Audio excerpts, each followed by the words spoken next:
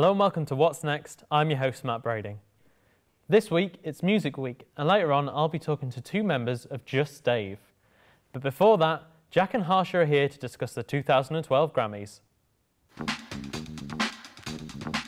So this week we're going to give you a quick update of what went on in the Grammys, revealing the very latest in the music industry. Rolling in the gold is England's very own pop princess who rocked the Grammys.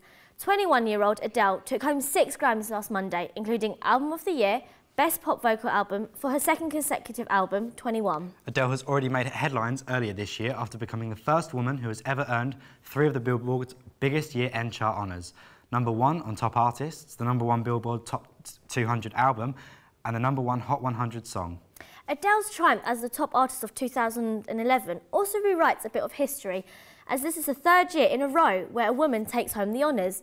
That's the longest women have ruled the top artist charts. She follows Lady Gaga, who won in 2010, and Taylor Swift, who won in 2009. After a full surgical recovery, she blew audiences and fellow artists away at the Grammys, singing her #1 song, Rolling in the Deep, which also won Best Song.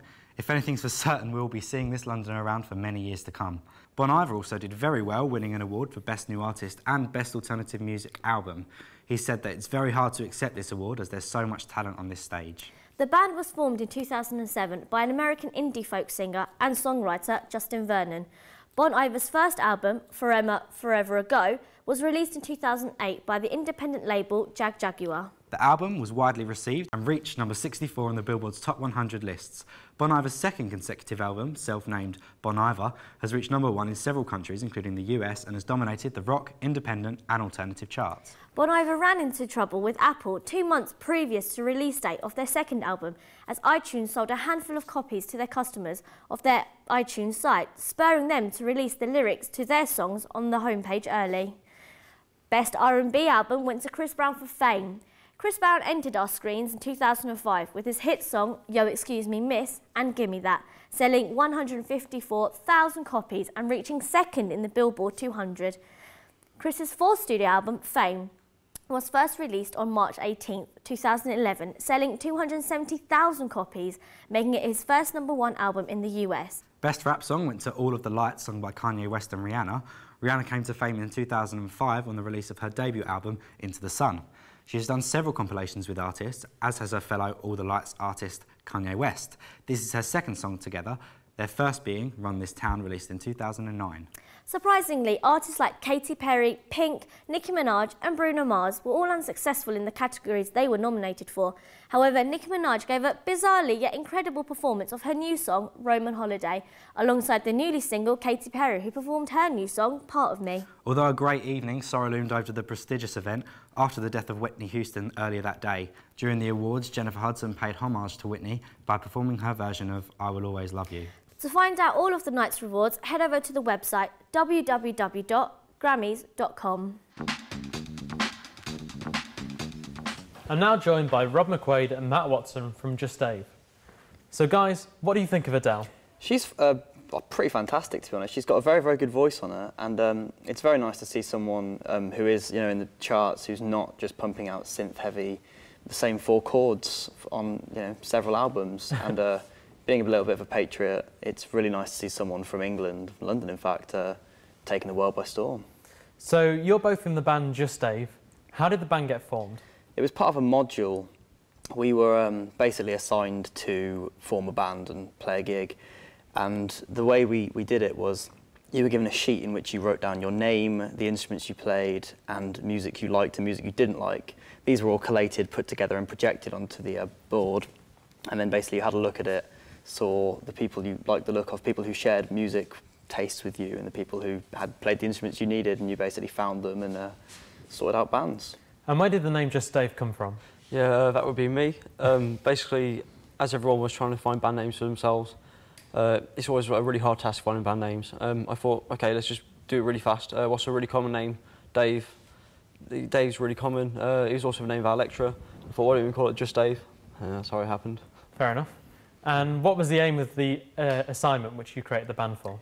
We were tasked to play a gig. We were to put together about 6 or 7 songs, originals or covers, and then rehearse them, get to know them as a band, and then play them at a gig which was set up by a second-year events management student at the end of the semester. we played one called the Masquerade Ball. Yeah. Well, let's take a quick look at some footage that was recorded at the Masquerade Ball.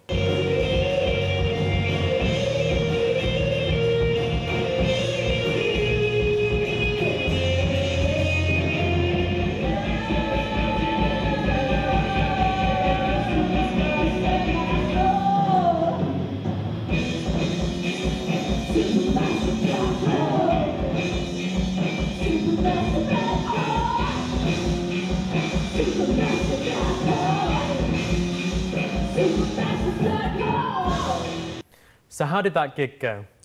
The gig went well. As you can see, we're all dressed like fairly smartly with our masks, apart from Matt, who was in a morph suit. But yeah, the gig went really well. Minus the temporary guitarist we had. I had a few arguments with the sound engineer on the day and kept on turning his amp up, and they had a little bit of a battle. But the reason we had a temporary guitarist because our original guitarist ditched us to see Coldplay, which was very nice. Okay, so. And how was playing drums in the morph suit? Surprisingly, it wasn't hot. They're really thin, they're quite nice, but actually keeping hold of the sticks as the hands have no grip, calculative error on my part. I basically lost about 6 pairs of sticks. Nice. So Matt, obviously you're the drummer, but Rob, what instrument do you play? I play rhythm guitar. Okay, that's cool. And what sort of music do you play in the group? We play more alternative rock because we have 2 female vocalists, 1 male vocalist, which is Matt. We do covers from Paramore and The Pretty Reckless because of a female vocalist, and also Muse and Lost Prophets. Okay, and what are your band working on at the moment? We're working towards playing an acoustic gig at the end of this semester, again part of the module that we played the Masquerade Ball for. We're also working with studio technicians at the moment where all the songs we played at these gigs we're recording and getting down into a little covers EP. That's cool. So most of the songs you've done so far are covers. Are you planning to do any original songs in the future? Yeah, I mean, I've got some ideas knocking about that hopefully should be able to I present to the band, and we should, as a group, be able to get them together into songs. If they're any good. So creating a new brand must be a little bit difficult. What are some of the challenges that it presents? For one, I really hate doing when you start a band is deciding what songs to cover, if you are going to cover songs at all, because you've all got to agree, and that's just a nightmare to do. But as soon as you get the songs you want to do, it's easy. What do you say? The hardest part for me was playing drums because I'm a pianist.